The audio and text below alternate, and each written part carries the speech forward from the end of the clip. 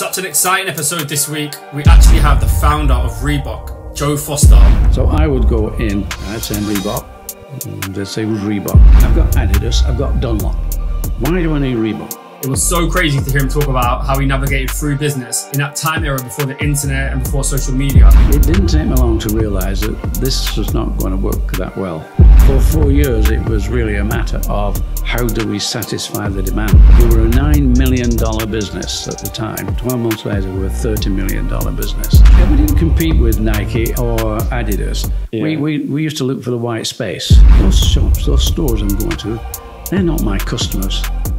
These are my customers, the athletes. It's going to stop somewhere. Why don't I decide when? Okay. So I stepped back. At one time, 60% of all Americans had bought a pair of Reebok. We'd overtaken Adidas. We'd overtaken Nike.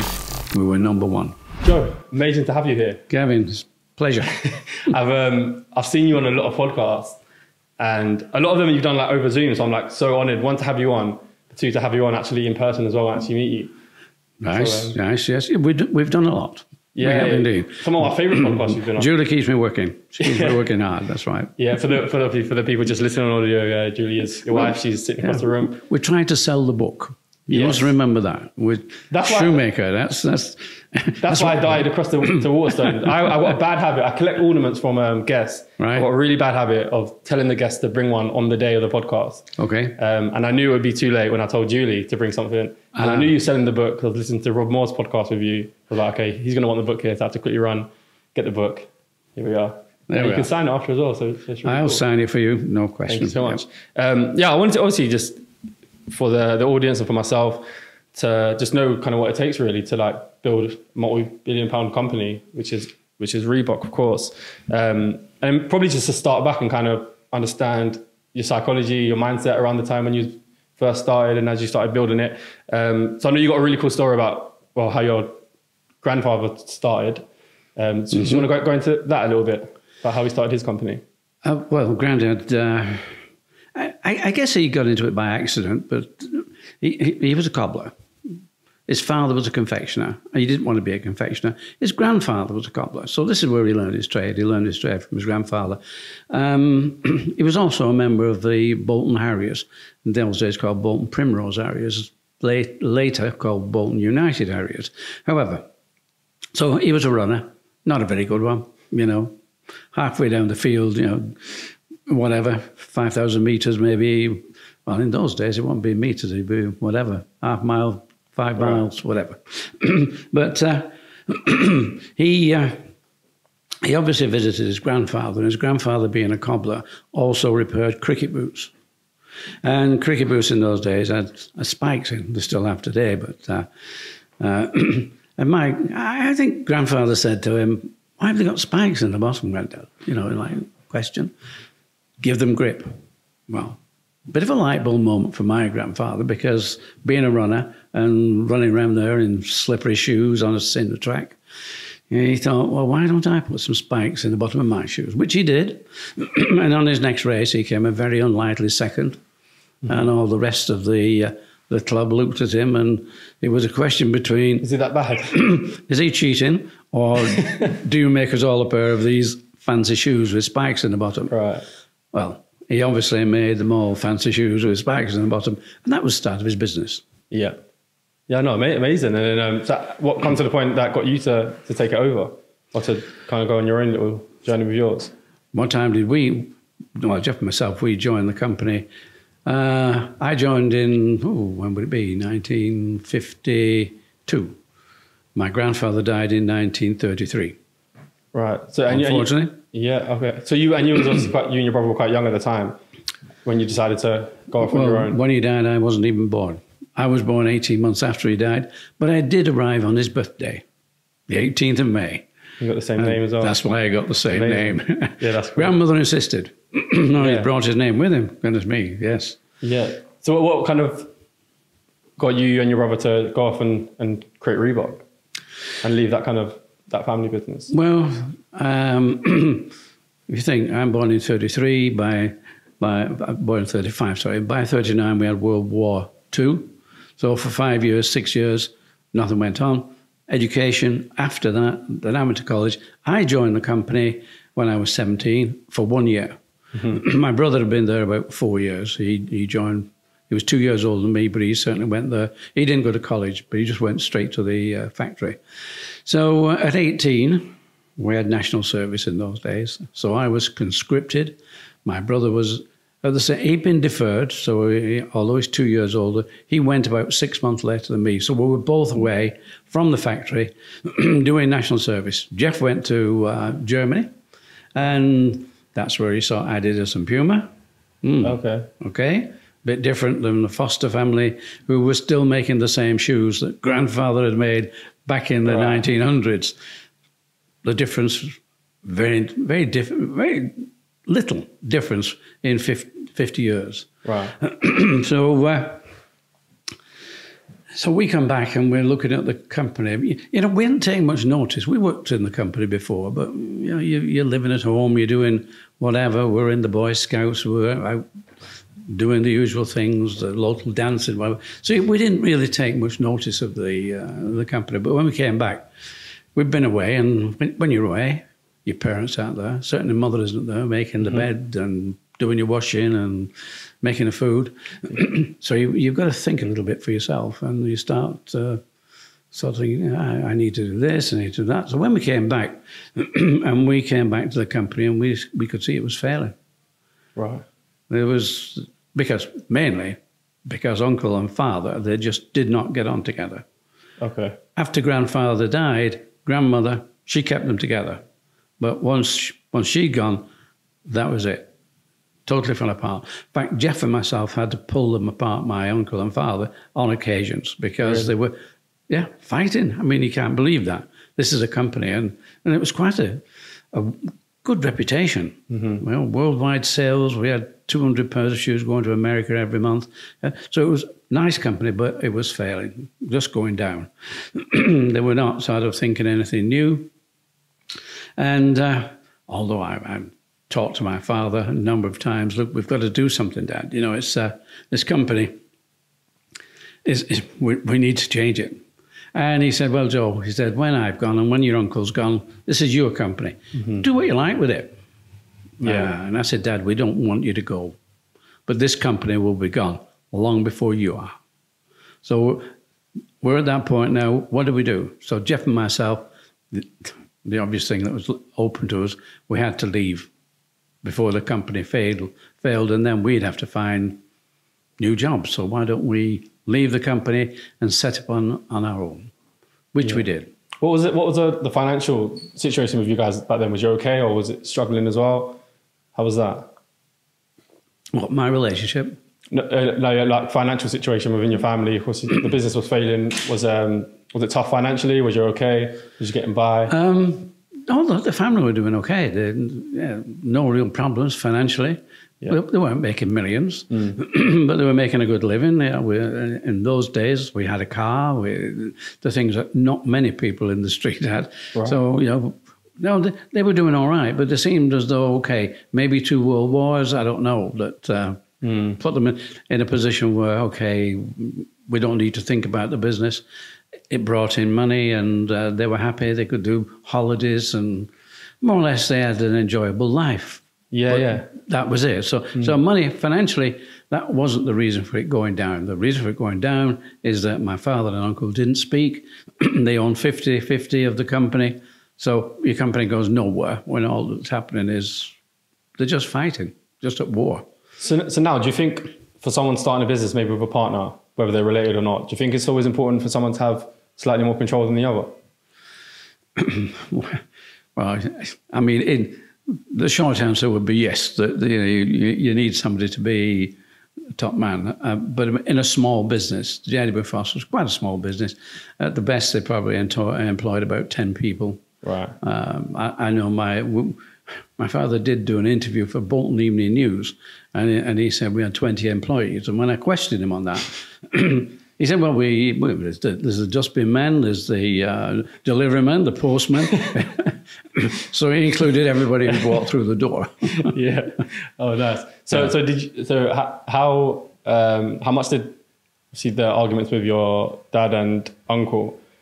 how much do you think that played a part in your relationship with your brother? And did you guys go straight 50-50, or was one of you more control than the other? Well, my father and uncle, there was 5 years between them. Jeff and myself, just over 2.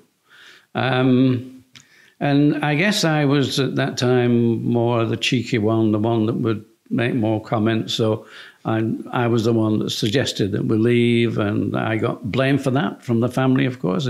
I was the one that took Jeff away from the company. So, yeah, so maybe I was the more outspoken one.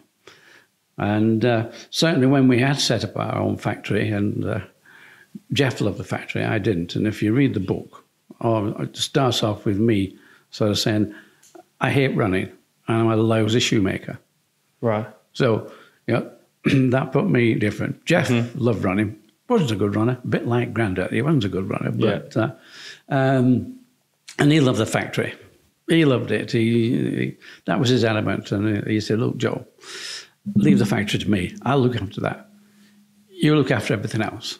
Yeah. So that was our relationship. Did you ever have, before you started, did you have a sit down where you kind of like clearly outlined what each other's roles are, what the vision is, how aligned were you? Or did you just kind of build that as you went? No, nothing like that. We worked together to sort of find somewhere to a factory, buy the machinery. I think I bought most of the machinery, and then set it up. Yeah. So, but we didn't sit down and say, no, who's this and who's that? Well, we didn't have a limited company then. It was just pretty natural. We just sort of set up there as a partnership. We didn't even know it was a partnership. Just Jeff and I were starting our own company. Yeah, it was simple as that. Yeah.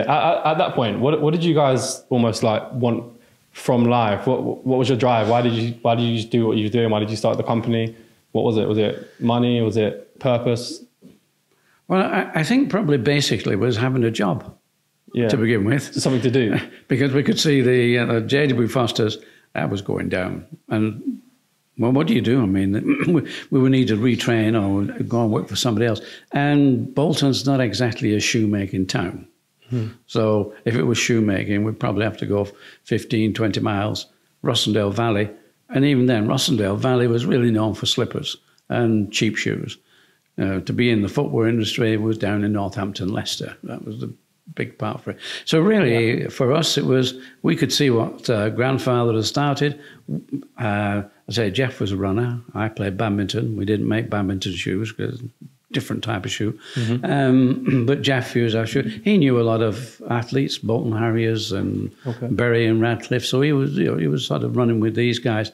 So there was a business there for us. Yeah. Although we started making cycle shoes. That was, we didn't want to compete with the family business, which mainly they were rugby and athletics. And athletics was the big side of the business. Oh, so was that family company was still running while you was building yours? Oh, yeah. Oh, really? We had to leave the company. I thought I just assumed that it just ended there when you guys left. So you were kind of, so there was a form of competition. Not purposely, but there was... Well, we didn't want to be competitive. That's why we went into cycle shoes to begin with, as against the athletic shoes that Foster's were sort of manufacturing. Yes, we actually left. I remember telling my father on one Friday evening, that was it, Jeff and I had decided we would leave. And I had to tell him we were leaving. I don't know how sort of he could have not suspected that. I mean, we had been, I had been trying to get him to understand and to change and to do something. They didn't have any representatives those days. The business was through sports shops, and there would be about 2 or 3 sports shops in every reasonably sized town. Right. I mean, nowadays they've all gone. The business has changed out of sight. And these guys are ex-footballers. Stan Mortensen had one. Albert Ward was in Bolton, but you wouldn't have heard about Ward. But a lot of these, Jimmy Mullins in Wolverhampton, they were all ex-footballers. Right. And so, you needed to call on them. You needed to sell to them. As far as Fosters were concerned, they had been in business so long that they relied upon these stores coming to them rather than us going showing the product. Yeah. And I suggested to my father, look, we need to get a rep. And if you want, I'll do it. I can't repeat the language. You can if you want. But it wasn't. It. It was more colourful than it was to the point. So, as I say, as far as my father was concerned, he didn't speak to Uncle Bill. He wasn't willing to change and sort of, okay, come with us and set up. So eventually Jeff and myself, we did leave. And any animosity between you and your family once you moved and set up that company? Well, I got accused of the one that sort of broke it apart, Jeff away and whatever, because I was married at that time and had moved out, but Jeff was still at home. He hadn't married. He was still living with family. Yeah, you lured him out. So, but somehow he managed to get away with that. And but I was a bit sort of black sheep for quite some time. Yeah. Why did you? Why do you think you chose, like, I don't know if entrepreneur was that word was a thing then, or why did you choose that in terms of maybe just going to get a job? Do you think just through family and what you were doing before? Yeah, well, it is what the family did before. We could see that there was a business there that Foster's were missing. Yeah. You know, as I said, Jeff went to Germany to do his national service. He saw Adidas, he saw Puma. So he saw a different side to it. He knew, we had to grow, we had to change, we had to do. Yeah. But a job was never in the plans. He was never going to just go and get a job somewhere. I don't think so, no. I mean, when I was in the RAF, it was a question. When you've done 2 years there, you get you're used to the idea of being there. And they do national service. I think everybody sort of got a little invitation at the end to stay on. Mm-hmm. Would you sort of sign up and become, do another year or whatever it is? And to an extent, that was tempting because it was like, well, we'll put you on an officer course. You could become an officer, and if you're interested in flying, because I was on radar, and on radar we used to control fighters. So the fighters used to get them to take off. Then they go over the North Sea. They would do PIs, practice interceptions. So we would be guiding airplanes in to each other. They would practice as though it was Battle of Britain sort of thing, and then so it was quite tempting to think could probably take officers, go and then maybe go and see if we could do flying fighter pilot thing. A bit sort of maybe rose-coloured glasses when you think of the idea. It sounded nice, but for whatever reason, I decided against it and went back to join the company again, to join Foster's. Yeah.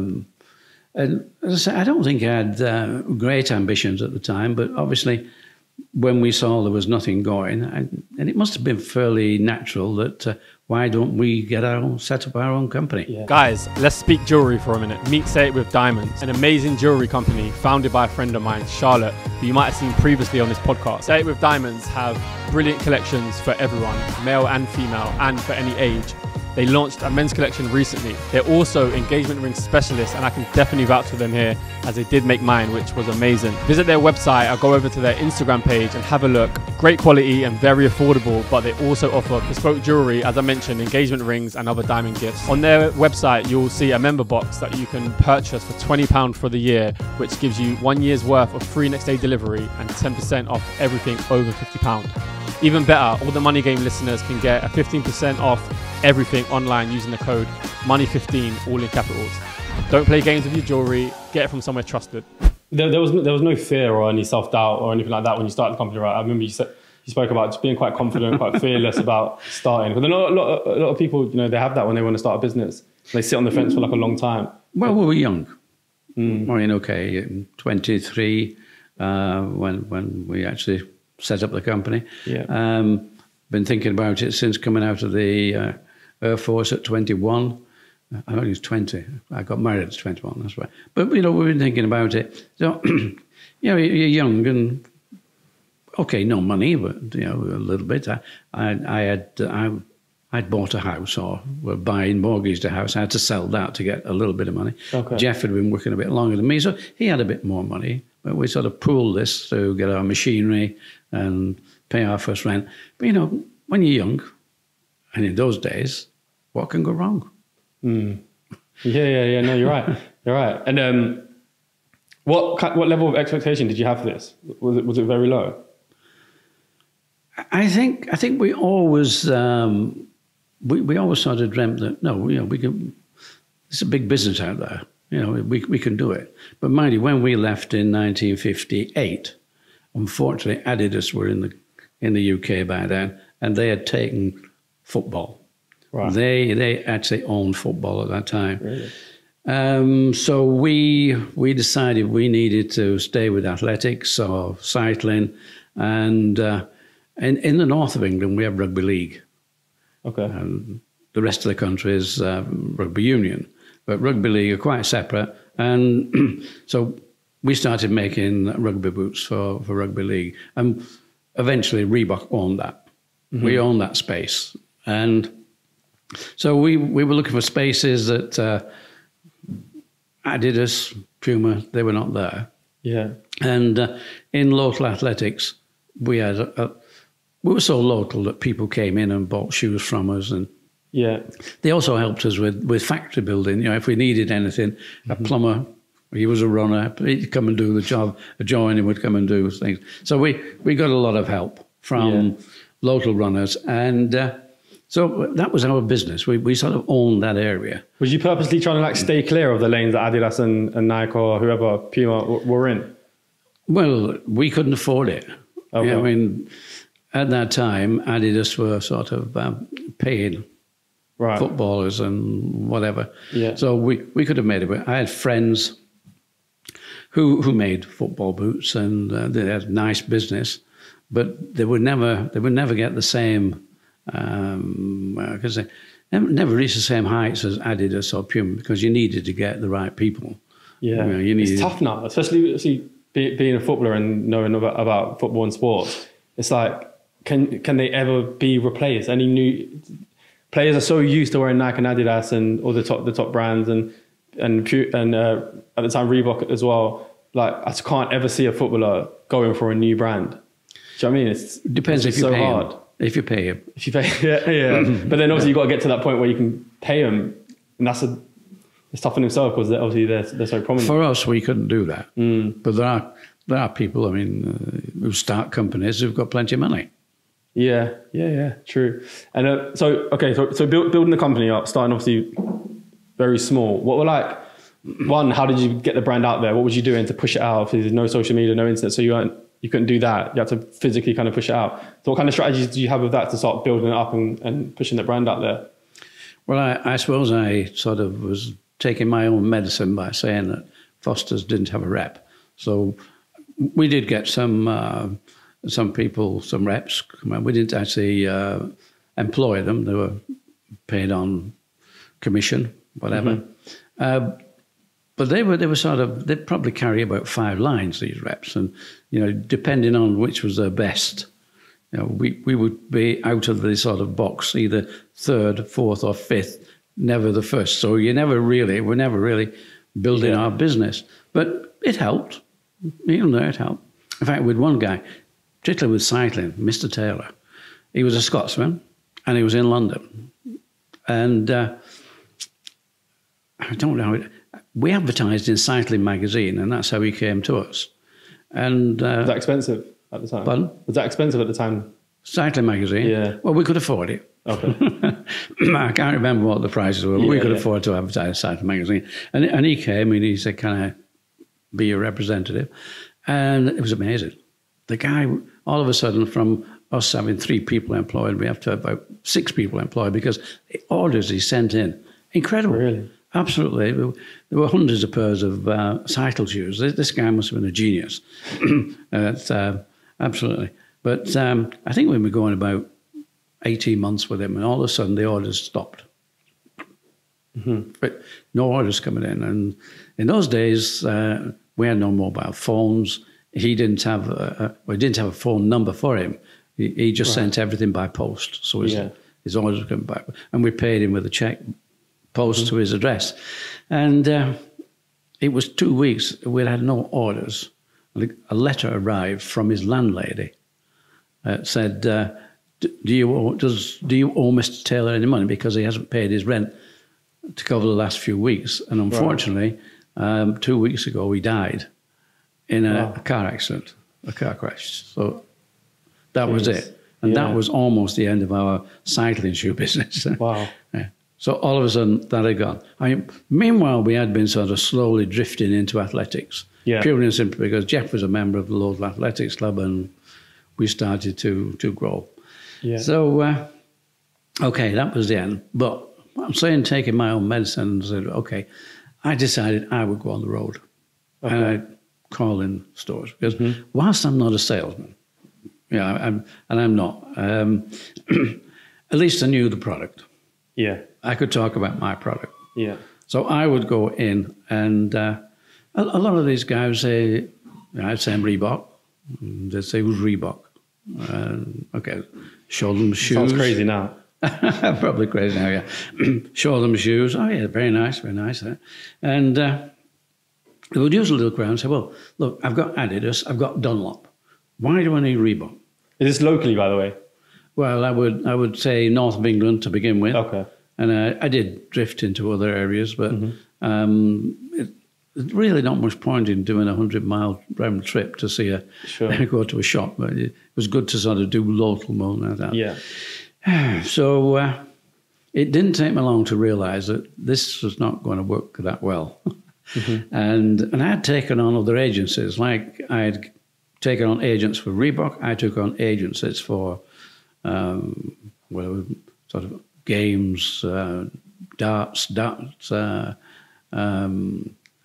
and that was bigger business than mine. I was picking up a lot of business for other people and not much for Reebok.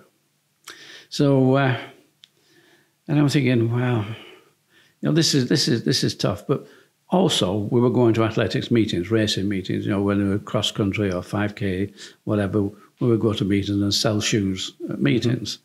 And then I thought, well, just a minute, those shops, those stores I'm going to, they're not my customers. These are my customers, the athletes. These are the guys. And it struck me that what we could get our hands on was a handbook, which was a 3A's handbook, Amateur Athletic Association. And in that handbook was the name and address of every secretary of every club in the country. Okay. And there's about 400 clubs. Okay. Didn't take much to figure out, send them a letter, give them a discount. You can discount by 15%. And if anybody in the club would like to be an agent, they can be the agent, they will get the commission. On that first letter, I got over 100 agents. Wow. That was our business taken off. Yeah. Now we could cover the country. It's a good written letter, that was, wasn't it? Well, it was, a bit of money and been doing something. And so, yes, we got... And a second letter brought me another 50. Eventually, we ended up with about 250 agents. Yeah. So all the athletic clubs, we started to own athletics and running. How would that look like for the agents? How would it look like, that deal? They would have to just go out, get the brand out there, and how would you know that it came from them? How did that deal kind of work, that structure? Well, I mean, they were obviously members of it. We didn't care. If they were paying the money and it's 15% discount, I didn't care where they were selling. Because it hadn't been going too long, probably about 6 months ago with the agents, when I'm getting phone calls from these sports shops that I've been calling on. And they're saying, I believe you're supplying our local athletic club and giving them a discount. If you stop doing that, we'll stock your shoes. And I said, well, you can stock our shoes because we'll supply you at wholesale price. Were there a lot of the ones that you'd been to already? Oh, yeah. Quite a lot of them I'd been to. So we'll get you get wholesale price. And I'm sure you can give, and actually do give, a discount to the clubs. Yeah. So, we're doing no different than what you would do anyway, but I'm not stopping selling direct. About 90% of those accepted that deal, and they started stocking our shoes. And mainly because, in those days, mail order, a shoe, if it's half a size out, you have to send it back. So they prefer to call in on the local store. Yeah. But it worked for us, and that was great. But athletics, even the rugby industry, rugby was great. I'd got into the stores. About 3 or 4 clubs I dealt with direct, but most of them I did with the local athletic store that would be supplying them anyway. So we owned rugby league, and we had, well, athletics, cross country, track and field in the north of England, and that was growing throughout the UK. But if we wanted to grow, we needed football, and we didn't have it, and we couldn't get there. It'd take a lot of money, a lot of time. So I'd known that America was a place really for athletics. Track and field was big in America. And Foster's had been supplying Yale University. A couple of guys there, Bob G and Jack and Frank Ryan, they were coaches, and they decided to import Foster's shoes, and they were doing about 200 pairs a month, and they were selling them around. So every university, every college has a coach, and they all have athletics teams. Yeah. So that was going to be my market, big market. And so, well, the family didn't particularly think we could afford to send me to America to start selling shoes. But fortunately, I'm reading a magazine, I think it was Eurosport, and the government, believe it or not, the government were advertising that they wanted people to export. Okay. And they said, we will pay for a stand at the NSGA show, that's the National Sporting Goods of America, in Chicago. We'll pay for the stand, we'll pay for your return airfare, and we'll pay half of your expenses whilst your hotel bills and whatever. Okay, no more arguments from the family. I could go. It was cheaper for me to go over there actually than stay back home and go to the show. So this is 1968. 1968, I go to America, and it's quite interesting. I don't know if you know Ellis Brigham climbing shops. No. There's one here in Manchester. He's got about 5 or 6 now around the country. Okay. Well, Bob Brigham was a friend of mine, and we were making a climbing boot for him. So he came with me. And we went, first of all, to New York, and he looked at the outdoor stores. I'm looking at the sports stores. Then we went on to Chicago. And this is February. This is the first week in February in Chicago. And I don't recommend anybody to go to Chicago the first week of February because it's freezing. Oh, incredibly cold. And we go to the show. Nice stand. Bob actually sold a few pair of his boots. I don't know how he managed to do it, but he did. And since we were making them, that's okay. I didn't sell any shoes. People were coming on the stand, loved the shoes. Oh, like these, great, fantastic. Where do we get them from? I'm saying England. And the Americans sort of looking at me, and is that New England? No, not New England. England, across the water, you know. Oh, near London. Near London, you got it, yeah. So I didn't realize that really what I wanted was a distributor. I needed to get somebody to take the shoes in and distribute them. This is 1968. And I'm going back to the NSGA show year on year, and the government's still paying, which is still good. But when did I get in? 1979. 11 years. Wow, yeah. Took 11 years. I had 6 big failures. One guy I was with for 4 years, and we still didn't get onto the market. You know, we were selling a few shoes, but we were not getting there. So I had at least 6 failed attempts before eventually we got in on 1979.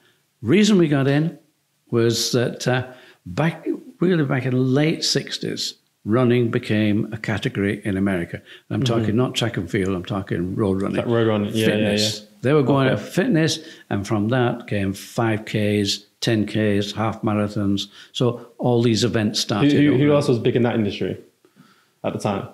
Well, at the time, we will say Nike. Nike grew at the same time, but they were in America, so it was much easier for them to grow than for me. But we're talking 1969, and Runner's World magazine came out as a single A4 paper. And that was really saying who won certain races and where the next races were. By 1975, this is a 50 or 60-page, full gloss, full colour magazine. And if you can think, 1975, you've got 350 million Americans, 10% start running, that's 35 million. So there were a lot of people buying his magazine. Yeah. So many that he thought he could tell everybody which is the number one shoe to buy. And it was Nike, of course. Of course. Yeah, it was Nike. And Nike were growing tremendously fast at that point. So this is okay, but Phil Knight was importing these shoes from Japan and Asia. And have you met him yet? No. Oh yeah, I heard you mention that you meet him one day. I was checking if you met him in that time that I heard you say that. Yeah, okay. It's on the card somewhere that we'll probably meet him, but he's not sort of put his head above the parapet yet. But when we go to America next year, we're going to be more or less probably 4, 5, 6 months in America next year. That's where we're going to make a big push with the book. Yeah. Nice. So maybe Phil Knight will turn up then. But anyway, Phil Knight couldn't satisfy the demand that this. It had happened through Runner's World saying they were number one. However, 12 months later, Bob Anderson, who publishes Runner's World, he decided, oh, I've had enough of that one, we'll have another number one now. I can't remember who it was, whether it was New Balance, Italic, or Brooks, and Saucony. I don't know who he put there as number one. It wasn't Reebok, and it wasn't Nike. But the same thing happened. They couldn't satisfy the orders. So a year after that, he changed it. And instead of saying, this is the number one shoe, he made star ratings. So 5 stars would be the best shoes, and you could have at least 3 or 4 with 5 stars. And then he went 4 stars, 3 stars, and whatever. But at that point, I knew we could make a 5-star shoe. Yeah. I knew we could do that. Definitely, because we'd met Bob Anderson. We'd actually taken a trip to San Francisco where he was, Los Altos, and we'd talked about different various things. But the price of advertising in Runner's World, which we were doing, started to rise. It was like $5,000 an issue. It's like, can we afford this? I really hope you're enjoying the show. I would just like to ask for 1 minute of your time to tell you about my sponsor whose support makes the show possible, CPC Finance. CPC Finance is a finance broker that specialises in sourcing and packaging a wide range of property funding. You name it, from buy-to-lets to commercial properties, auction investments, property developments. They are everything you'd want as a finance broker working for you on your property deal. They're extremely experienced. They know their market extremely well, which means they can move quickly. They're on the ball. They've been in the game for 30 years, which has enabled them to, one, build very strong relationships with a variety of lenders, which as an investor is super important, especially when things don't go to plan. Deals in certain situations aren't straightforward, which is often the case. They are bespoke specialists. And 2, they have a brilliant understanding of all types of property investing. They know the strategies, they understand deal structures. There isn't anything these guys haven't seen, they're seasoned pros. So if you're someone looking for property finance of any kind, go to cpcfinance.co.uk, and on the homepage you can schedule in a call at whatever time or day suits. Also, did you believe you had, obviously you could see the Nike shoe, you could see the New Balance shoe. Did you feel like you had the best product? We had a good product, yeah. And it's all a matter of how do you get people aware of that. Yeah. And even though our advertising was okay, but the Americans didn't want to import it. Yeah. A few people would do. We actually supplied Bill Rogers and Frank Shorter. You probably won't remember those names. They were real top guys in America at that time. Okay. And and they'd bought our shoes, but that's it. Yeah. But the average guy just didn't want to be bothered. So now it's different. Everything's totally different now. But they didn't want to be bothered. So I needed my distribution.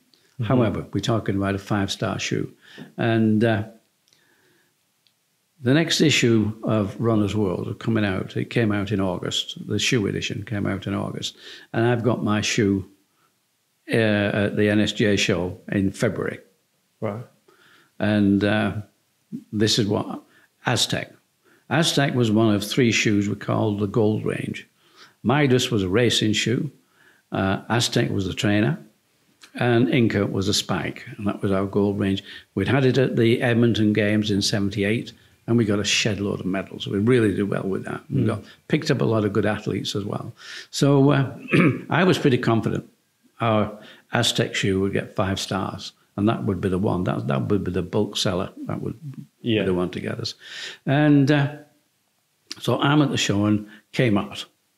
You probably don't know Kmart. Kmart are big sheds, the big retailers. Cover the whole of, have you heard of Walmart? Yeah. Yeah. Yeah. Yeah. Same as Walmart. Covered America, but this it came out. And the guy came on and said, looked at the shoes, I want 25,000 pairs. Wow, biggest order we'd ever seen. By a massive. Well, no, I'd had 20,000 from Norway, but that's a different story. We supplied the Norwegian army. So that was a bit of a catapult moment for you, getting that order. That's what? It was a bit of a catapult moment for you, getting that order. Well, it wasn't a way, but we're aiming for a 5-star shoe. We're looking at America, and I thought the demand, because as I just said, that on the first two, they couldn't reach the demand. Yeah. So I knew if we did get a 5-star shoe, the demand would outstrip our factory. Because 25,000 pairs, that was about 6 months' work for our factory, small factory. So I had friends, and one of my friends was setting up the sports division for Barter. Again, you probably don't know Barter, but Barter was on every high street in every town in the UK. Right. They were on the high street. It's like Lillian Skinner, Dulcis, a lot of these names, they've all gone. British Shoe Corporation, they're all part of British Shoe Corporation. But Barter weren't. And Barter is still the biggest by volume shoemaker in the world. Mm-hmm. But they're big in South America, and they're very big in India. But now Europe, they're not there anymore. Mainly because of this. Sports footwear has driven now the street shoe off the street. Yeah. We're all in sports shoes. So this friend of mine, Shaq, he was setting up the sports division. He said, Joe, you get a 5-star shoe, we'll help you. Mm-hmm. We'll make some for you, and that'll be fine. Okay. But then the guy from Kmart, he turned around and said, well, we want a better price. And I knew what that meant. That meant Asia. That meant South Korea. Yeah. Okay. Again, I had thinking about it. I'd been thinking, well, yeah, they want a better price. That's Asia. So I got to know the agent of the largest shoe manufacturer in South Korea, and so we were talking. In fact, he was also preparing to sample me. So. Mm-hmm. Okay, that was good. So I'm thinking, okay, yeah, well, we can probably manage that. Okay. Towards the end of the show, a guy called Paul Fireman. I don't know if you've heard of him. No. Oh, no. Paul Fireman, he was running a company called Boston Camping. Boston Camping was an outdoor company, and they were selling anything from tents, fishing rods, you name it. All the stuff that you would get in an outdoor store. Mm-hmm. And I could see he was absolutely fed up with his business. He'd been doing it for 10 years with his brother and his brother-in-law. Mm-hmm. And they'd been going around the same goldfish bowl, no improvements, nothing. And I got on well with him. The guy from Kmart was just a buyer. But Paul, he was obviously a businessman. He was obviously looking around. And he said, Joe, he said, you get a 5-star shoe, I'll be your distributor. I said, Paul, come and have a look at my shoe. I do. Here's Aztec. Mm-hmm. Great. Yeah, lovely looking shoe, he said. But it's not 5 stars yet, is it? No, it's not. But hopefully we'll get there. Yeah. Okay, this is February. We go our own ways, and I decided I'd take a trip to America and go and see Kmart and go and see Paul Fireman. And I went to Kmart and go to reception. And I think the guy was called Mr. Biasati, who wanted to place an order. So she took me through to this almost warehouse. And there's at least 100 buyers sitting there at different desks. And she took me to Mr. Biasati, and I'm thinking, oh my, what is this? I thought, okay, 25,000 pairs, and I'm going to be judged now by how many shoes they sell in that square footage that they allocate to the Reebok brand. Yeah. Needless to say, I wasn't impressed by the thought, even though 25,000 pairs, nice, but one order and then it's done. Mm-hmm. Might even ruin the brand. So I left there and went to see Paul. Flew into Boston. He picked me up and we went to see his business. Nice. He got half a dozen people that are working for him, and his top salesman and Jim Bartley, his brother and his brother-in-law. Yeah, I thought this is good. We could bolt onto this business because there's already a nice business there. So I go back. Last week in July, that's when the Runner's World shoe issue comes out, and that's where we would know whether we had a 5-star or not. Right. So I don't know what day it was. It was in that last week I phoned Paul Fireman. So did you feel like your fate was kind of in their hands? Well, I mean, yes, you know, you've got that. If you don't get 5 stars, we're still trying. Yeah. Yeah, it's more effort, more whatever. And so I phoned Paul, and I said, Paul, can you go down to the local kiosk and pick up a Runner's World? It's bound to be out by now. I don't know the results, but if you can get one, we'll see. An hour later, he came back and said, Joe, Aztec, 5 stars. Well, I mean, that was it. We just hit bullseye. You know, that was the one. We were there. He said, but not only that, Midas and Inca also got 5 stars in their own category. Right. We got 3 5-star shoes, and that got us into America. Had you dominated the UK already by this point? In what way? Is in terms of, obviously you was putting them in stores more north of England. Was you everywhere? Did everyone in England know what Reebok was? Pretty much.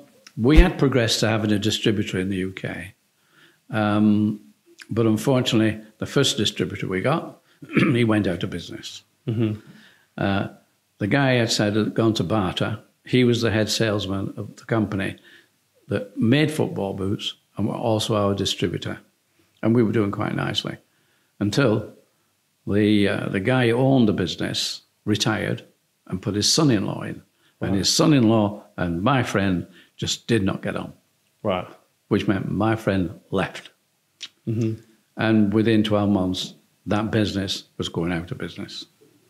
He made a lot of mistakes, this guy. Yeah. And it's in the book, but that is a different story of how we survived that, because that nearly put us out of business. So we had good distribution. But of course, as I say, that company made football boots. So we were not going to be in the football boot market, which was vast in the UK. That's the big one. Yeah. Running still hadn't arrived in the UK as in America. It was big in America. It was growing over here. And so we were growing slowly with it.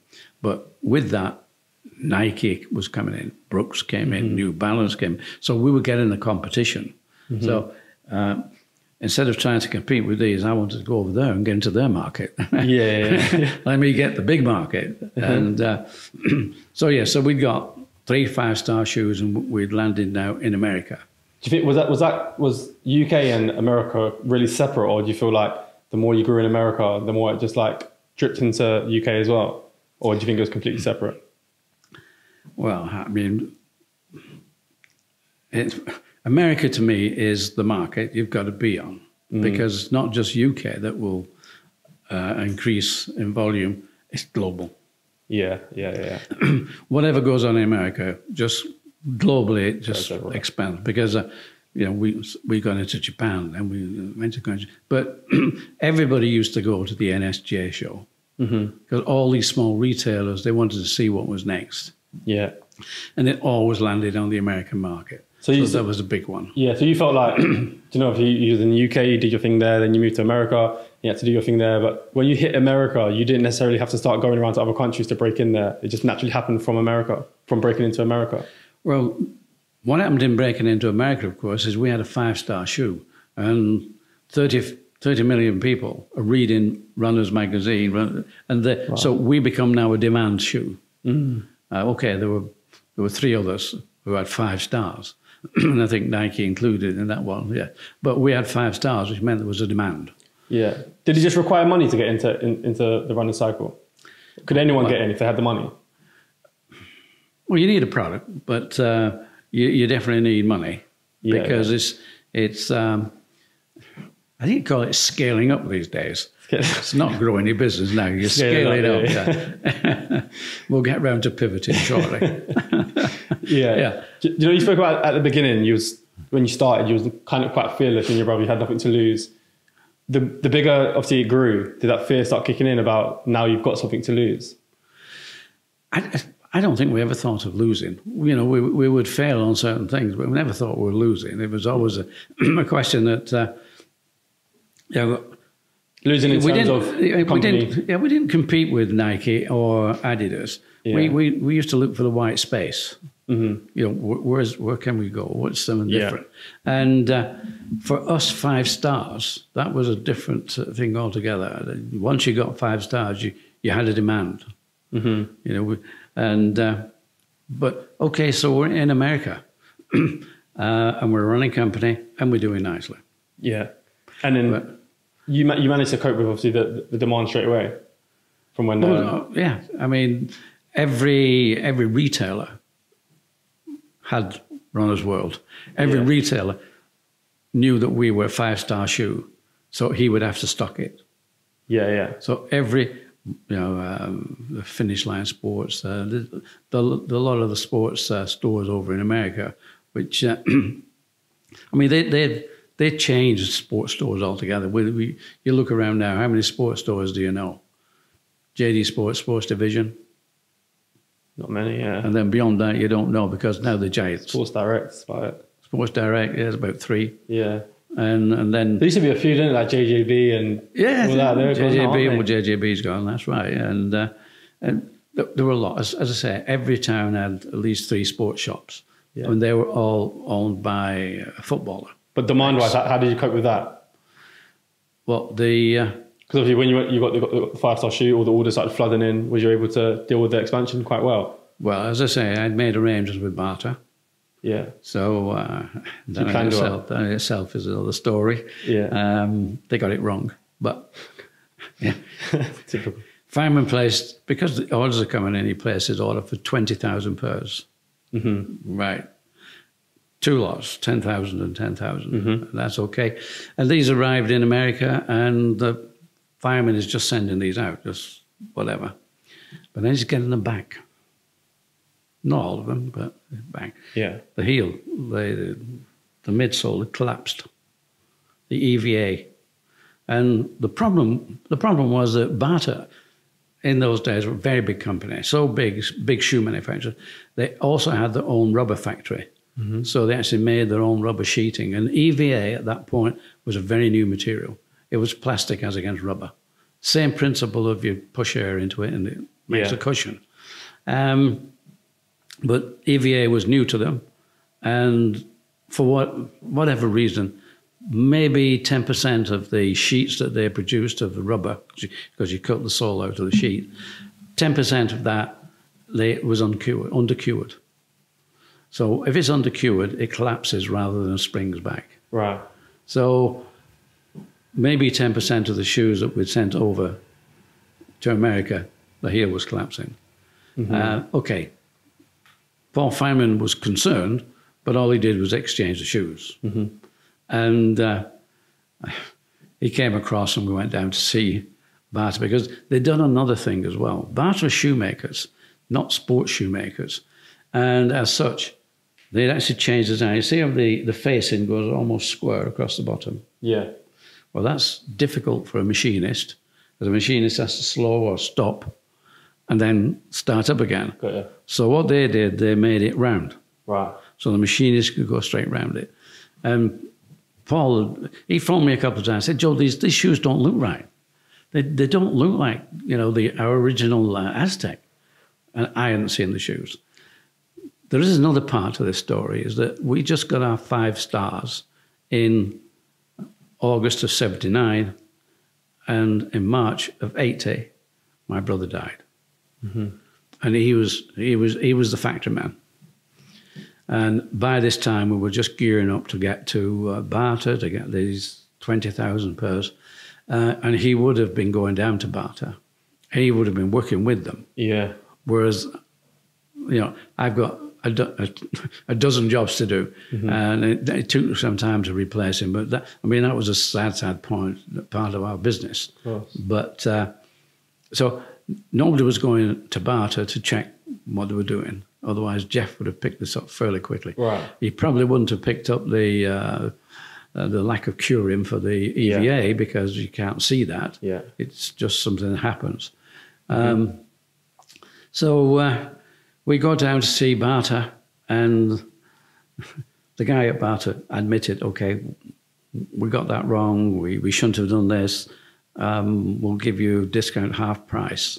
And Feynman refused. He didn't pay anything. He said, no, we're not paying. You can have them back. And I said, well, I'm sorry, if you send them back here, they'll have to be destroyed because we can't start. Yeah. You'd ruin the brand if you send these out again. So Feynman got them for nothing. And he just exchanged shoes until we got the Korean production going. And that was brilliant. Mm-hmm. The Korean production just spot on. Yeah. So obviously the runner's cycle was huge for you. What other kind of marketing strategies did you guys have to expand? What would you say your best strategy was? Was it more like endorsements for athletes, and when did you start getting into that kind of scene? Well, we were doing nicely, and at that point you didn't really need to do much because Runner's World had done the job. Okay. I mean, Runner's World, we were one of I think 4 shoes. There was 5 stars. Yeah, we were in demand, so it was a matter of satisfying the demand. And yeah, we had 1 or 2 runners. You take them on and whatever. That was okay. But really, it was demand. But running wasn't what Reebok grew on. Mm. You know, we talked about white space, and what really made the difference for Reebok was aerobics. Yeah, I was surprised when I heard about that. Yeah, aerobics, and we had a tech rep called Arnold Martinez. And he was tech rep in Los Angeles. Good job. In fact, he was nearly picked for the Olympics. He was a good athlete. But a tech rep just goes round and sort of shows you the good points of the shoe. He doesn't sell shoes. He just he probably works with the staff, right? You know, the sales staff. And apart from that, they do spiffing. I don't know if you've heard of spiffing. No, what's that? Spiffing is where if you're a salesman. Right, every shoe that you sell of Reebok, I'll give you $1. Okay. Even though you're getting paid, you're working for a company. Yeah. And I would have thought the company would have been, no, you can't do that. But no, it goes on. Okay. So every shoe, spiffs again. So the guys go around and tell them all the good stuff about it so they can sell the shoe. And yes, every shoe they sold, they would get $1. But anyway, Arnold, his wife, Frankie, she's going to these classes. And coming back with her friends, and they're all full of it. Oh, great, magnificent. And Arnold's saying, what are you doing? Well, it's aerobics. What's aerobics? Like, well, we're actually exercising to music. Really? Yeah, and it's great. Fantastic. Arnold said, can I come to your next class? Yeah, why not? They're all girls, all women. Yeah. He goes to the next class. The instructor's there in a pair of sneakers. We think they were New Balance. Half the class were in the same sneaker. The other half, they weren't wearing any shoes at all, just barefoot. Right. That was Arnold's light bulb moment. And he thought, well, why don't we make a shoe specifically for aerobics? Make it out of glove leather, soft, comfort, just like putting a glove on. So nice cushion sole, all white. Brilliant. On a woman's last. In women's sizes. That was his idea. Was aerobics big then? How big was it? I know he didn't know about it. No, wasn't big. Right. That's what he thought we could do for these girls. But did you feel like it was worth it then? You'd be like, aerobics, it's not that big. Well, he was so full of this that he got the next plane up to Boston to meet up with Paul Feynman. And he's telling Paul all about this. Paul, fantastic. And Paul says, whoa, slow down, Arnold, slow down. We're a running company. We're a running company and we're doing quite nicely. Yeah. Why do we want to make dancing shoes for girls? So apart from sort of a few extra sort of, keep your eye on it and whatever, didn't satisfy Arnold that. He went round to the back door. He went to see Steve Liggett. Steve Liggett was our production man. He did a better job on Steve. And Steve got him 200 pairs of samples. Right. And eventually got these down to LA, and he gave them to the instructors and some of the leading girls. And fantastic. The only trouble is we'd made these out of, and I didn't know at the time, made these out of glove leather. Now, glove leather, you can just tear it like a piece of paper. It's 0.7 of a millimeter, which is not much. Yeah. And then when you take the top off there, because you've got to get the adhesive on, so you take the surface off, it's down to about 0.5, so half a millimeter. And you're then sticking a sole on it, and again, these girls jump up and down. So after a month, they were breaking away. Right. Anywhere in the world, we'd have been out of business with something like that. In America, in sort of Los Angeles, the girls just went out and bought another pair. Really? It was fantastic. Eventually, we got that right. Instead of being glove leather, it was more like garment leather. Yeah. A bit plumper, could stand a lot more. And so, okay, we'd cured that. Did you lose a lot of money when you made these kind of mistakes? You know, like with what did you call it, the VMA? But we didn't lose any money because the girls just went out and bought another pair of shoes. Okay, cool. Let's say, if it had been in the UK, everybody would have sent them back. Right. we'd have had trouble. So it would have been a big problem. Yeah, just would have been a big problem, yeah. As it wasn't such a big problem because the girls didn't worry. They had enough disposable income not to bother about that. Okay. And I say we were lucky to be in Los Angeles, in an area where lots of money, didn't worry, like they were so comfortable. But okay, so we got it right. And then when Jane Fonda went out and bought a pair and used them in her video, because she did fitness videos, so she wearing Reebok, the whole thing went off, exploded. That's crazy. Just exploded. We were a $9 million business at the time. And the year after, 12 months later, we were a $30 million business. Jeez. Then a $90 million business, $300 million, then $900 million in 4 years. And throughout that, was that just through aerobics, or was that from there then allowing you to tap into different industries? Well, we didn't tap anywhere. We tried to keep up with the business. Yeah. How do you keep up with the growth? Yeah. That was the problem. I was going to say, was it harder keeping up the growth than actually getting to that point of it growing like that? I mean, the comparisons, it's hard to you can't compare with sort of trying to push your business and look for more orders and look, I say, scale your business. And we weren't scaling anything. For 4 years, it was really a matter of how do we satisfy the demand? And that was the big thing. And the biggest one, of course, was going from 300 million to 900 million. It's getting the product. Yeah. Even the money by that time, we'd overcome the money problem by that time. But actually getting the product, and we were lucky. Yeah. Because at that time, same year that we were doing that growth, Nike hit a wall. Really? They just hit a wall, and they had to pull out of about 3 or 4 factories. And we were just going into those factories because a factory, you can only increase your production possibly by 10%.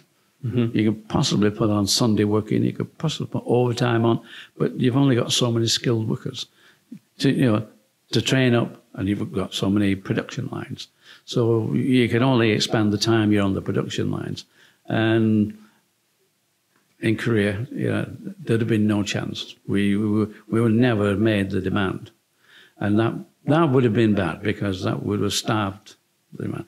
After that, of course, when we got to about $1 billion, yes, we were expanding into American football, basketball.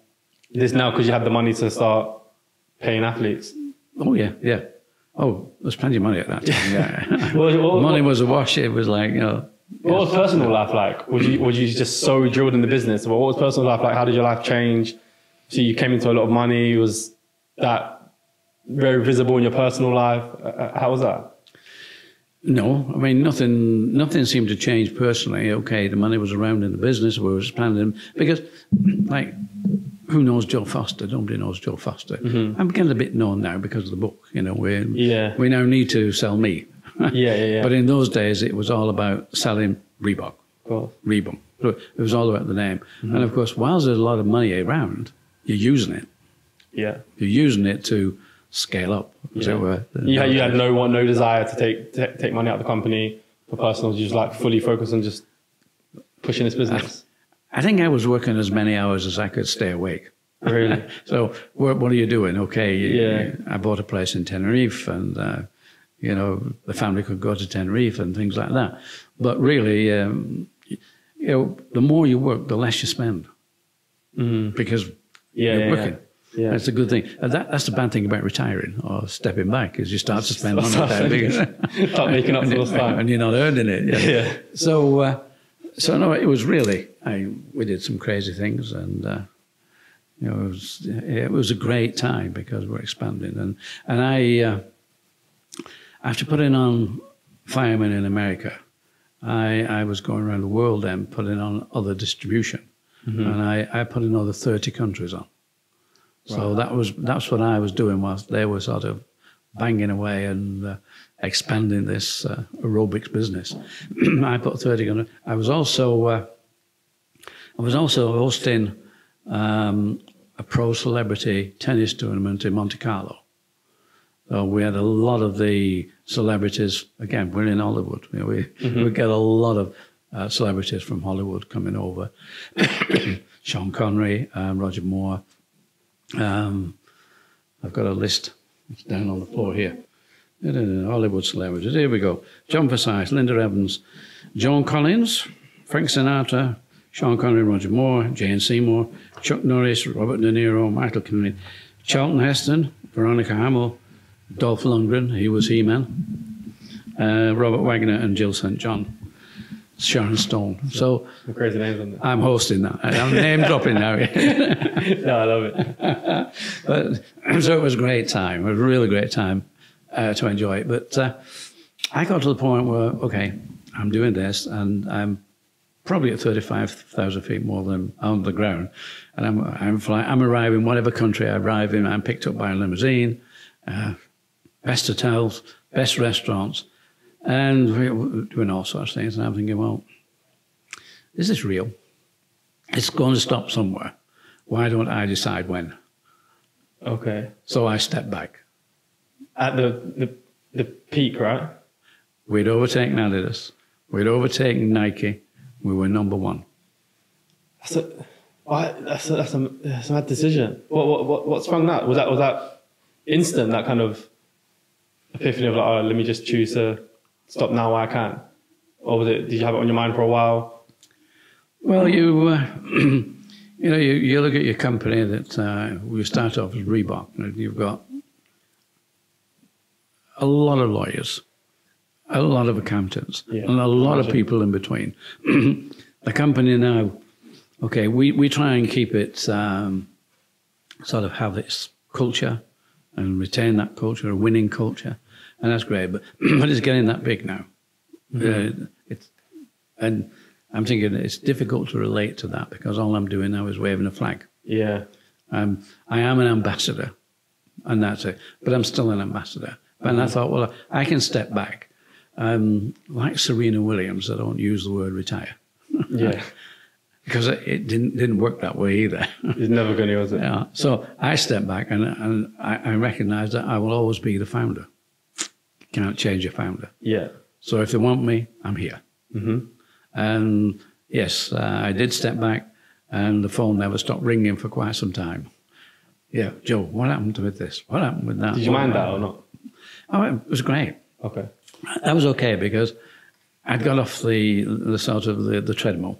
You know, I'd got away from doing this every year. I had to go around the world at least 3 times and visit all the people, see what they were doing. You know, that stopped, and I could start wandering about doing odd things every now and then. And yes, we did. And Julie and I started to do some things for Reebok, and we went to all the shows and whatever. So it was good to be able to sort of just do that without having the day job. Yeah, yeah. How much enjoyment was you getting in them times of like, you know, striving and really growing the business? The kind of day to day where you mentioned you was working until like you just couldn't go anymore. How much did it feel like work, or was it? Never was it felt fun? like work. Never. No. We going to work was never an expression. It was like, right, another day. Sort of Reebok. You know, Reebok wasn't work. Reebok was a passion. Yeah. Reebok was something that I don't know. You know, I think we were very lucky, but we ended up as instead of, well, at one point we ended up as a women's company. That did become a problem. Yeah. Because we were a women's company. Yeah, we'd arrived in America. 9 million is quite small. So we were known by a lot of athletes, but in general, not by the general American public. Yeah. We became known as a women's company in Americans viewed us as that way. And of course, you know, we owned the market for women.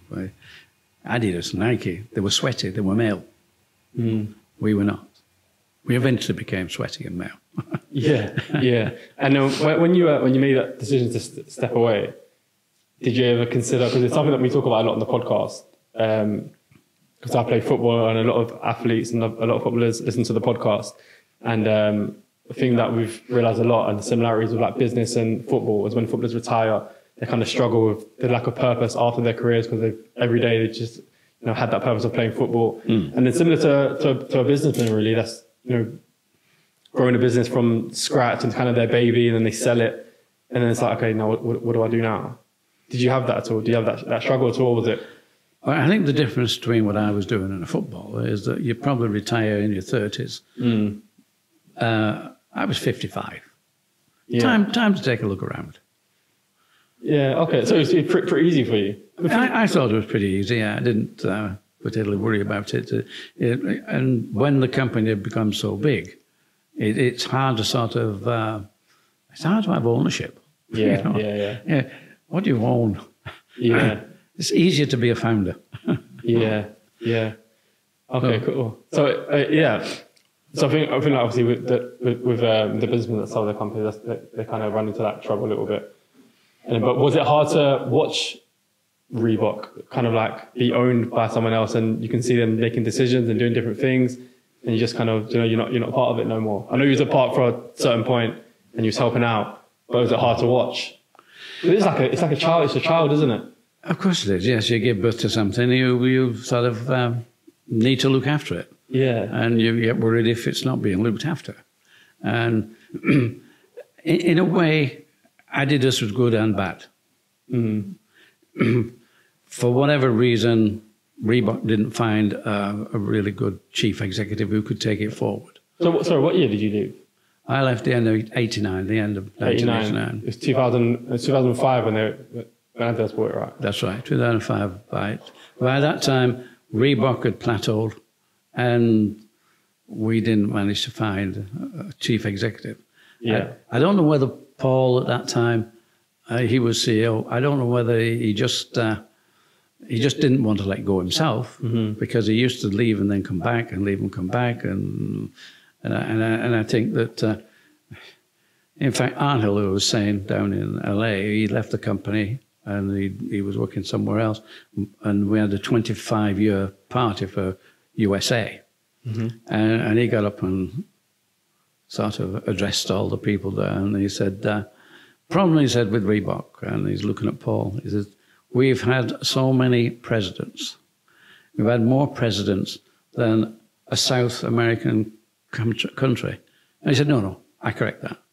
We've had more presidents than all of the South American countries. And I think that probably is the reason why Reebok was stagnating. Yeah. And at that point, it had to be sold. And fortunately, or maybe fine, Adidas bought into it. But Adidas believed in archive. And previous to that, we'd had little or no archive. So I got involved, and Adidas invited us to get involved in building the archive, which is good, because now we have got the history there and that archive. So they built the archive. But they played around as well. Because they bought a company, they changed the lettering of Reebok, and they changed its logo and things. And for about 10 years, they were going nowhere with it. Then 5 years ago, they must have brought a new marketing man in, and he must have looked at them and said, why are you doing all that? And went straight back to the original Reebok logo, Reebok letter styling, the whole thing. So Reebok became visible as Reebok again. Right. and that did start to grow the company.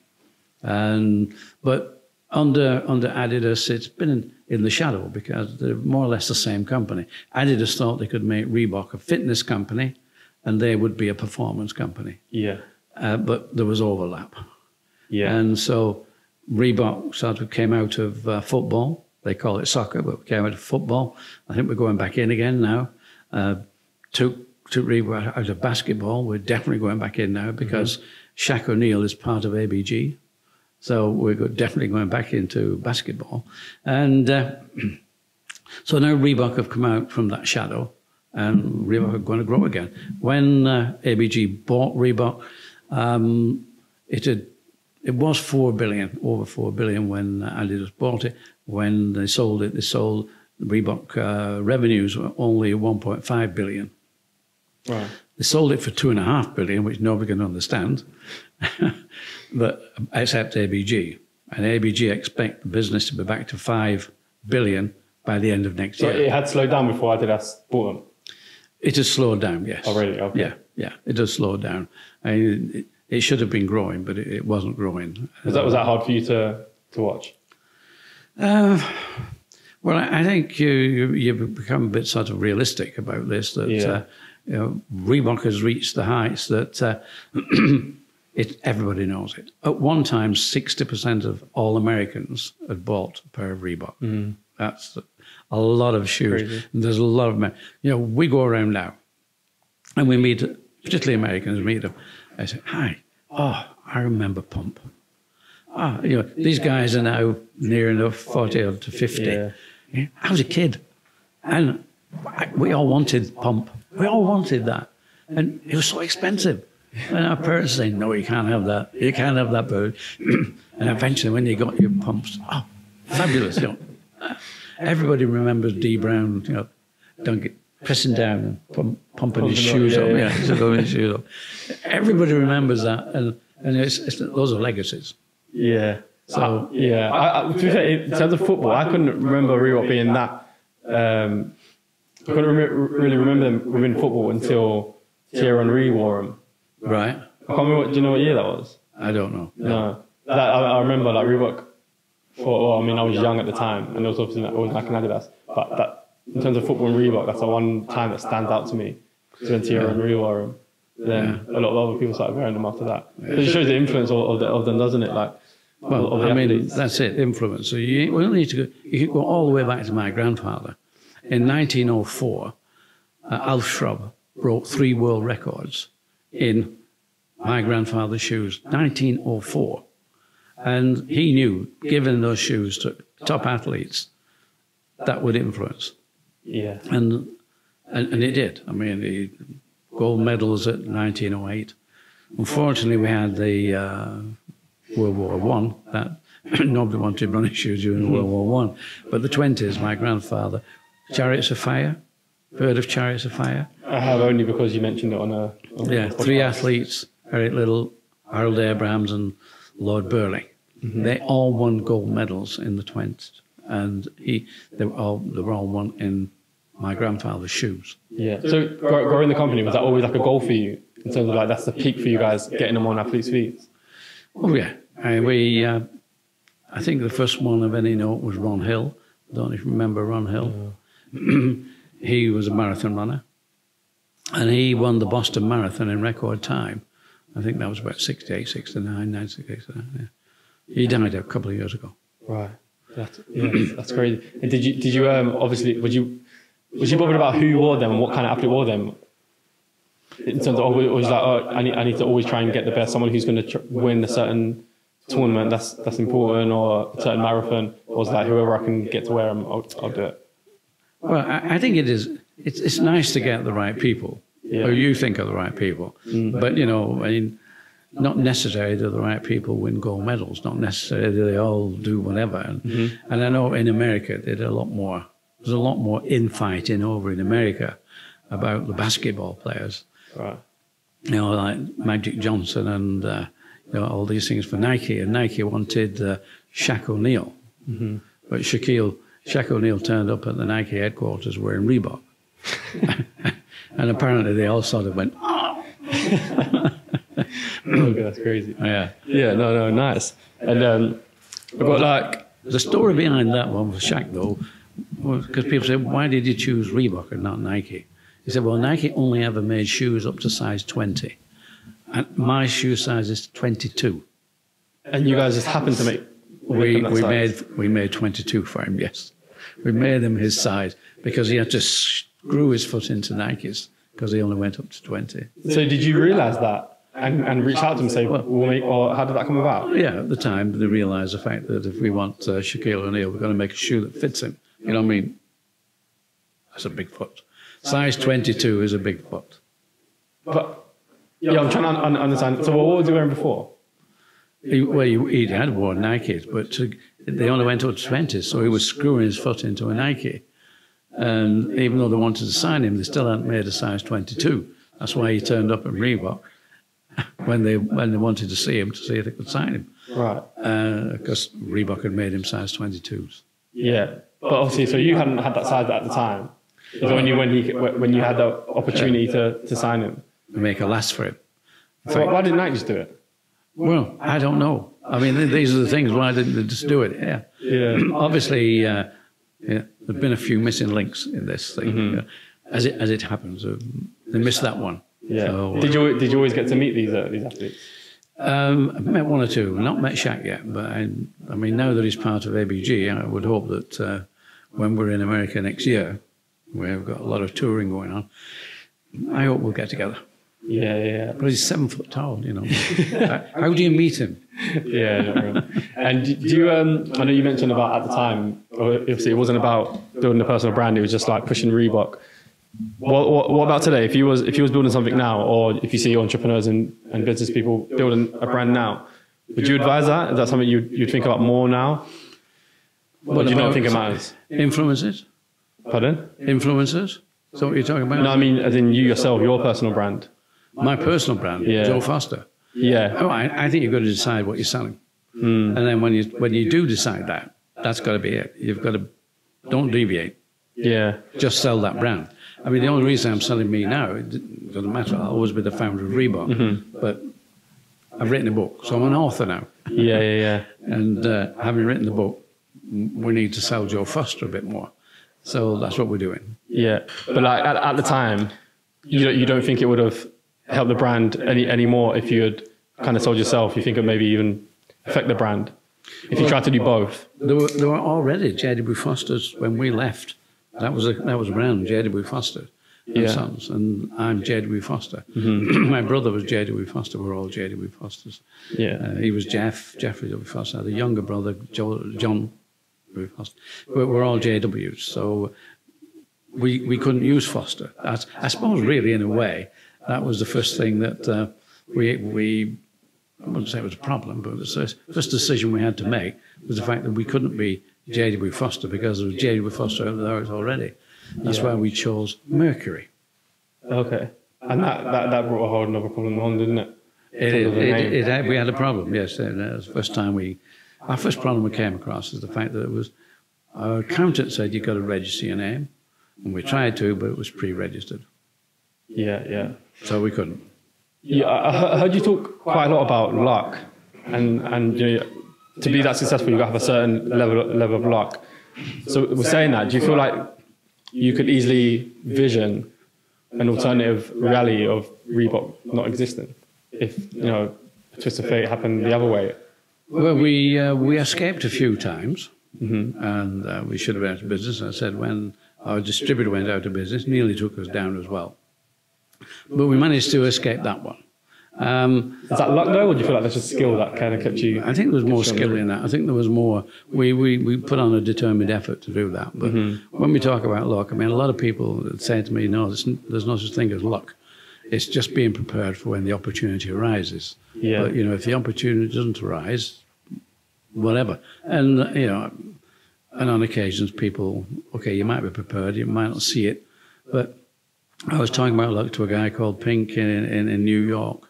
And he said, yeah, I believe in luck. He said, I just feel so lucky that I was born in New York, in America. Now, you have no choice over that. Yeah.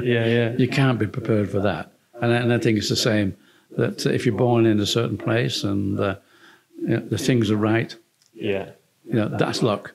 Yeah. Whether you say it or not, there's a luck in that happening. Yeah. And I do believe in luck. I think that we were exceedingly lucky that Arnold would just bump into aerobics. As simple as that. And were we prepared? Well, we pivoted. I think that's the word. We pivoted from being just a running company to being an aerobics company. Would you say what part of Reebok would you say was the most rewarding and brought you like the most sense of achievement in terms of like, was it the numbers? Was it creating a multi-billion-pound company? Was it the wealth you acquired from it, or was it just being known? What would you say is the biggest sense of achievement? I think there were two things that happened. One was when we got 5 stars. That sort of took us from being a small company into the big time. Yeah. That gave us the opportunity. And the other one was becoming number 1. When we became number 1 global sports brand, that was an achievement. Because people say, well, what would you change? Now you're blah, blah, blah. What would you change in your life? How would you, just say, we became number 1. What's the change? Number 2. Right. No, amazing. Amazing. So they're the 2 major ones that stand out when you think about. Yeah, when I think about the brand and. Did your brother see one of those? Yes, we achieved the 5 stars. 5 stars. We achieved 5 stars in, let's say, in August of '79, but he died in March '80. Okay.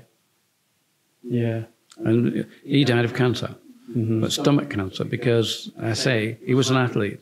He also was a cyclist. And every weekend he would enter events, and every weekend, and I've been to pick him up on a number of times when he's finished the race, and he's physically sick.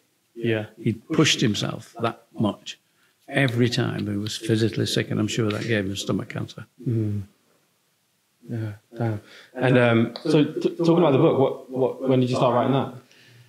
About 5 years, well, maybe 6 years ago now, maybe even 7 years ago. It took me 5 years to write it. It's been out about a couple of years now.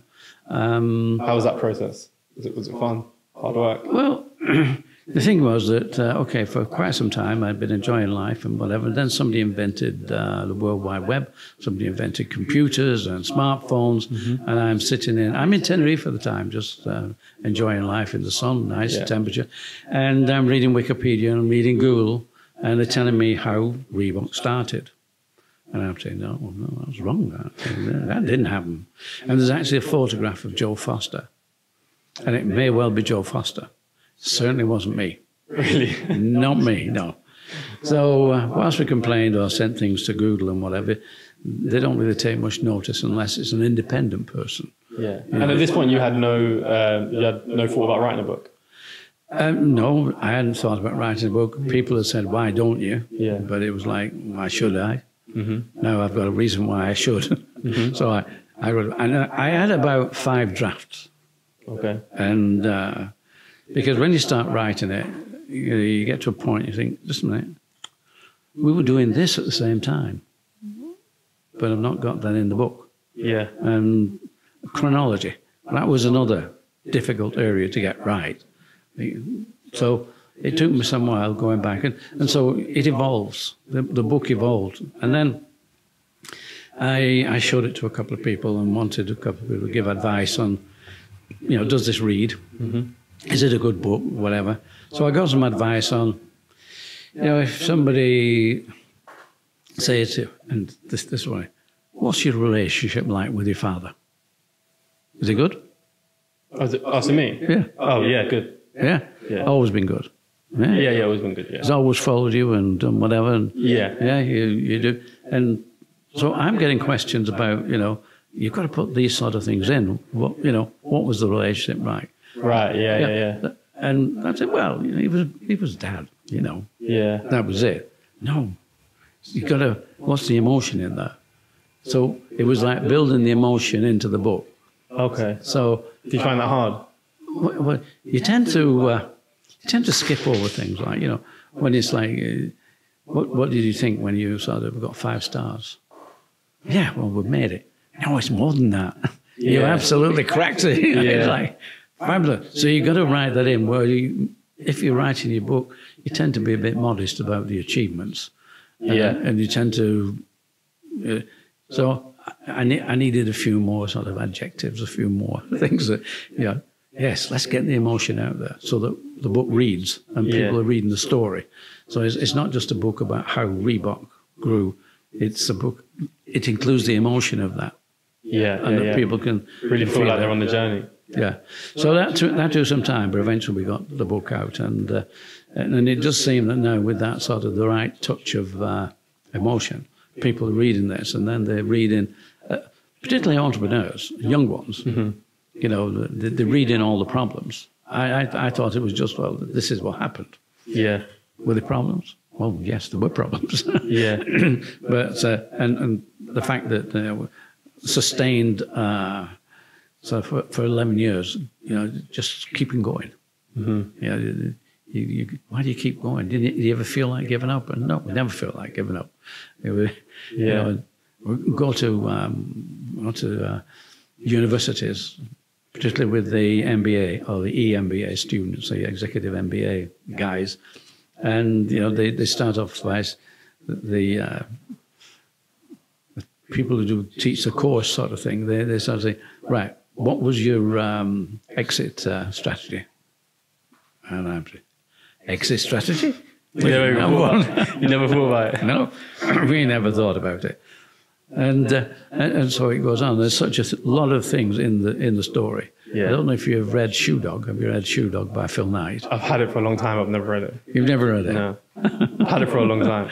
I suggest it's worth reading. But, definitely. There are quite a lot of parallels. I'll do yours first. Yeah, please do. Quite a lot of parallels in the book. But he was American, so he had a big advantage being on that market. We had to get across there. We had to cross that. Right, you probably obviously already read that before you wrote that. Yes. I think it was well into having written this by the time we bought Shoe Dog. Because that didn't inspire me to write it. It was we learned that it was out, but it had been out about 2 years before I even heard about it. Right. Yeah. It's like the Shoemaker's out now, and a lot of people have not heard about it because it's not fiction; it's real. Yeah. And you feel like now the final draft, you was like fully able to articulate everything you wanted to, put all the emotions into it. That final draft was like, yeah, that's perfect. Yeah, I mean, there's a lot of stuff which I probably put in, and I think there's a few thousand words we decided to cut out because there were anecdotes. And, the advice was, no, cut the anecdotes out, just stay with the job. Because, lots of things happen that probably make me feel that, that was I need it, but probably don't make good reading. Right. Who needs to know that happened? But Well, one thing that springs to mind that I'd wanted to know is throughout your journey, and maybe mentioned in the book, but I think something that's quite spoke about now is like mental health and stress management, and obviously running a company of that size. Did you ever struggle with any of that?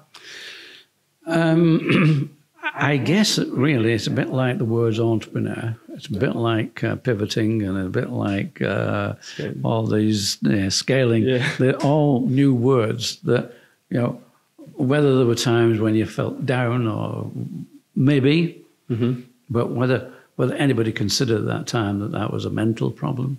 Yeah. If you don't know the word and you don't know the problem, you don't suffer from it. Yeah. So, and I really can't say that today, because these things exist, now people have it. That would never have had it if they didn't know the words or didn't know it exists. Maybe, I don't know. What about just like the usual stress of, maybe like financially going bust, going to zero, having debt, just things like that? Well, I mean, possibly to some people it's stress. Maybe to me it's energy. Okay. Maybe to me it just switches another gear. Yeah. Okay, so we got another challenge here. Okay, do you take it as a challenge, or do you just go, oh my God? Yeah. I mean, I remember when we got a letter from Adidas, we were only 4 years into our business. And in those days, instead of having the silhouette we have now here, we had 2 bars and a T stripe. So it was T and 2 bars, and Adidas sent us a letter to say they thought that infringed their 3 stripes. Right. We got this from the lawyer. So we're only 4 years into our business. We're small. At least they know you though, right? That was it. You know, we'd looked at this for quite a little while, and it dawned on us, hey, they know we're here. Adidas know we're here. Great. You know, they bothered to write a letter to us. We pinned that on the wall. It's stayed there for quite some time. I don't know what happened to it, but it would be quite a good piece for the archive, that, if we still had it. But yeah. Last question before we go into a little quick fire round. From when you started and to when you really had something big, what was that time period? 20 years.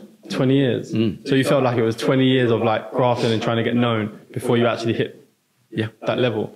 That's crazy. Yeah, it was finding that breakthrough. That was it. 20 years. How do you get there? Yeah, it was 20. You must understand, we didn't have the technology we have today. Yeah. We didn't have computers. You know, if you wanted to find a percentage, you had the book. I think it was Ready Reckoner as well. And in this book was every percentage, and you go through to the figure, and that was how much you could give as a percentage to take it off. Yeah. Now, I mean, you just need to flick a button and press a button, and any percentage you want of anything that you want, it's there. I think the best we had, and that was even sometimes, it was calculators. So the first thing we had was calculators. When they came along, you could put the book away. You no longer needed your Ready Reckoner. Yeah, crazy. I wanted to know that 10 years, 20 years, 2 decades, like, because everything now is everything so like, everyone wants results so quickly, don't they? Absolutely, yeah. I mean, when you think about it, that telephone there it's got more power in it than the space shuttle. Yeah. Amazing. All right, just to wrap up on a quick fire round. Got a few questions for you. So first one, you worked with obviously some legendary athletes. Which endorsement of an athlete was you most thrilled with to be wearing your brand? Which endorsement would I most thrilled? Well, for me, it was Ron Hill, because that was in our early days. So that was great to get Ron to wear our shoes. Nice. Who had the biggest influence on you throughout your journey? The biggest influence, business-wise, or? Let's do two. Let's do business-wise, and let's do overall. I guess a guy called John Willie Johnson, who was such a kind guy.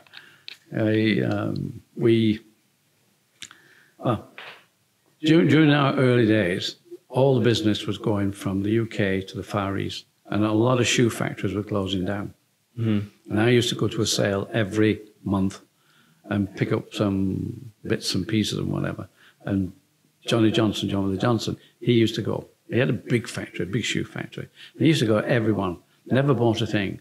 But anything that didn't get sold, the auctioneer would look at him and he'd just nod. On one occasion, I bought an awful lot of leather, too much for the van. I got pulled up by the police and I got fined for being overloaded. I told this story to John Willie next time I saw him. He said, Joe, he said, come with me next time. He said, don't bother taking anything back. My men will pick up whatever you buy. My men will pick it up and drop it off for you. Right. So from then on, I went with John Willie. We went together. And I said to John, what do you do with all that stuff that you buy? I mean, everything, stuffed crocodiles, everything that was in a factory it had to be cleared. He cleared it. He said, next time we come, he said, we'll go and have a look in the warehouse. We went to the warehouse, and I was looking at all these things, and I saw a machine that we needed, one of those machines. It's called a pounding up machine, but it just takes wrinkles out of football boots and things. And so I said, John, can I buy that one off you? And he said, no. Oh, can I rent it then? And no. Okay, you can have it. Just give me back when you finish with it. And not only that, his men actually brought the machine to our little factory, set it on the production line and wired it up. And he wouldn't take any money. Really? And there were times, I mean, I obtained a few machines off him. I could never buy them. And there were times when he would phone me and say, Joe, I've just got this and this. Do you want it? Yes, John. Okay. No, you can't pay. Yeah, amazing. So what you learn from that is there are people in this world who will do things for you. Amazing. And help you. Yeah. And life in general? And life in general? Yeah, biggest influence on you? Biggest influence on life in general. That's hard to say that. I mean, a lot of people. There's so many people that, yeah. I mean, it's you can admire somebody who's really a top athlete. You can admire the skill. And, if you ever go to the Olympic Museum in Lausanne, if you go there and see the distance that Edwards jumped on his triple jump, it takes you almost half an hour to walk it. I mean, you think, how did he do that? And it lasted for, I don't know if it's still a world record or not, but yeah. So I think it's incredible to go and see things like that. A lot of things that I can admire. Yeah. Is there anything that stands out to you as the biggest risk that you've taken in business? The biggest risk we took in a business? Well, I think some of the things, I should say the worst decisions rather than the biggest risks. Okay. I mean, when I decided that yes, we would allow Lawrence to be our distributors, my friend who worked there. Yeah. I think that was probably the worst decision because we nearly went out of business, having put sort of probably 80% of our eggs in one basket. But you think about that and then you think again, but how would you have done it differently? Yeah. How would you do these things differently? Yeah. It's just so hard to say. Yeah, yeah. And what would you say are your core philosophies for life and entrepreneurship? For me, people ask what are the three most important things in running a business. And to me, it applies to life. Right. And that is, number one, have fun. And number two, have more fun. And number three, make your life fun.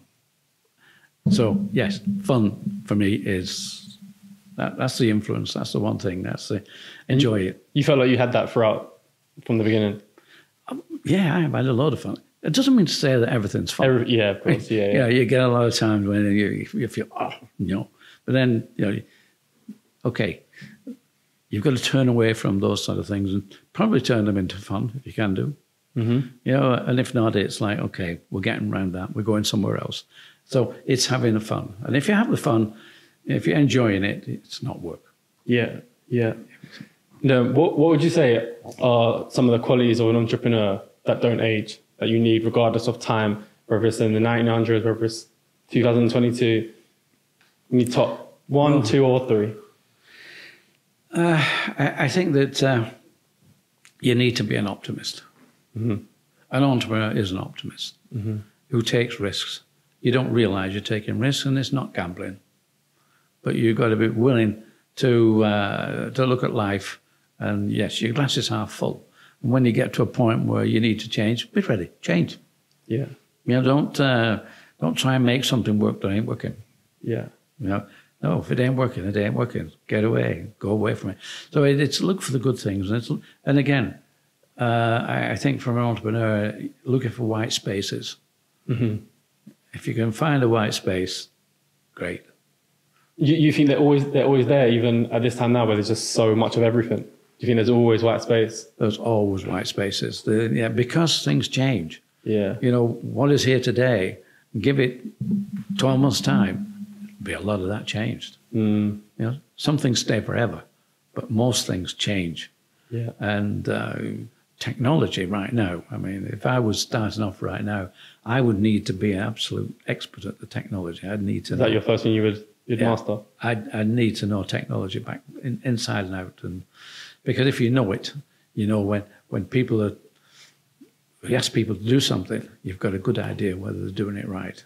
Yeah, yeah, yeah. No, nice. And this is obviously the money game, and being on this podcast, and it's about kind of financial literacy and money and entrepreneurship. I have wondered when I'm going to get my first billionaire on the show. Is that you? No. Have you hit that status? No. Damn it. Okay, cool. I wouldn't admit it. Not far off, right? No, perfect, man. Thanks so much. I really appreciate you being here. Everybody go get the book, The Shoemaker. That's it. I'll get you to sign it. Get that from Amazon.